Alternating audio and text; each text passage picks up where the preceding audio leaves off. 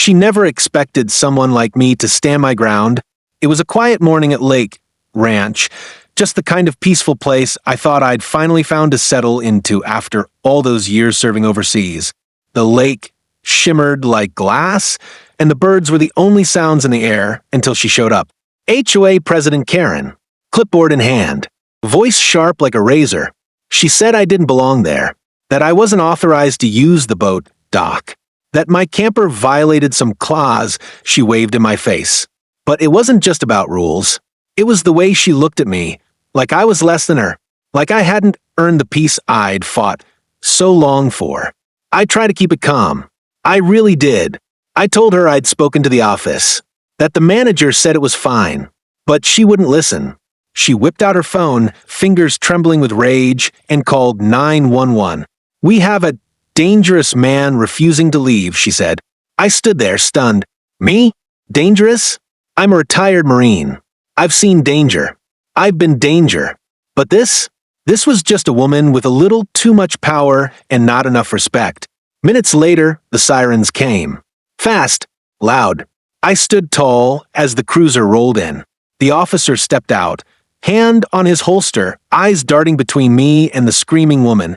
She ran up to him like a child tattling on a classmate. "He threatened me," she said.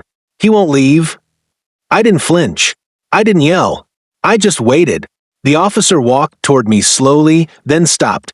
His eyes went to the tattoo on my arm. 911, it read. Just below it, my unit number. His expression shifted. He knew. You could see it in his face. Respect. Recognition. He stepped back and saluted.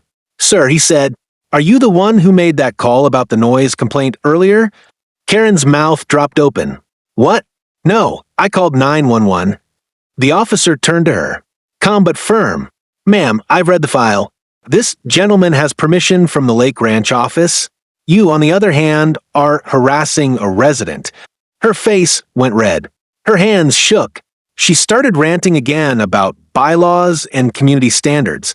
The officer raised a hand. "Ma'am, step back. You're causing a disturbance." I couldn't believe it. For once, someone saw through the noise. Someone saw me. The officer walked with me back to my camper. He looked me in the eyes and said, "I served too. Iraq. 2007, we didn't have to say much more. That one line said it all. Brotherhood. Understanding. Mutual respect." Karen stood there fuming, powerless for the first time in a long time. Her rules didn't mean anything here. Not anymore. Not when the truth was clear. Later that day, I got a call from the Lake Ranch manager. She apologized, said Karen had been warned before, said changes were coming. People were tired of living under fear of petty threats and HOA fines. They were inspired by what happened. They wanted to speak up, too. I never expected to become some kind of symbol. I just wanted to fish in peace. But sometimes standing your ground isn't just for you. It's for everyone who's been bullied, silenced, pushed out. I still walk past that office every morning. I nod at the new sign posted out front, "Respect all residents." Karen? She's been removed from the board. The community voted her out. Finally, people had a voice again. And maybe, just maybe, it started with mine. To all the Karens out there who think they can control people through fear, remember this. We've faced worse than your rules. We've faced war.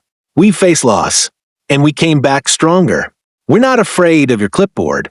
And to anyone feeling like they have no power against people like her, don't back down. Speak up. Be calm. Let the truth be your weapon. Because you never know who's watching, who's listening, who might be inspired by your strength. We all deserve a place to belong. A quiet morning. A simple life. No one should be made to feel like they don't matter.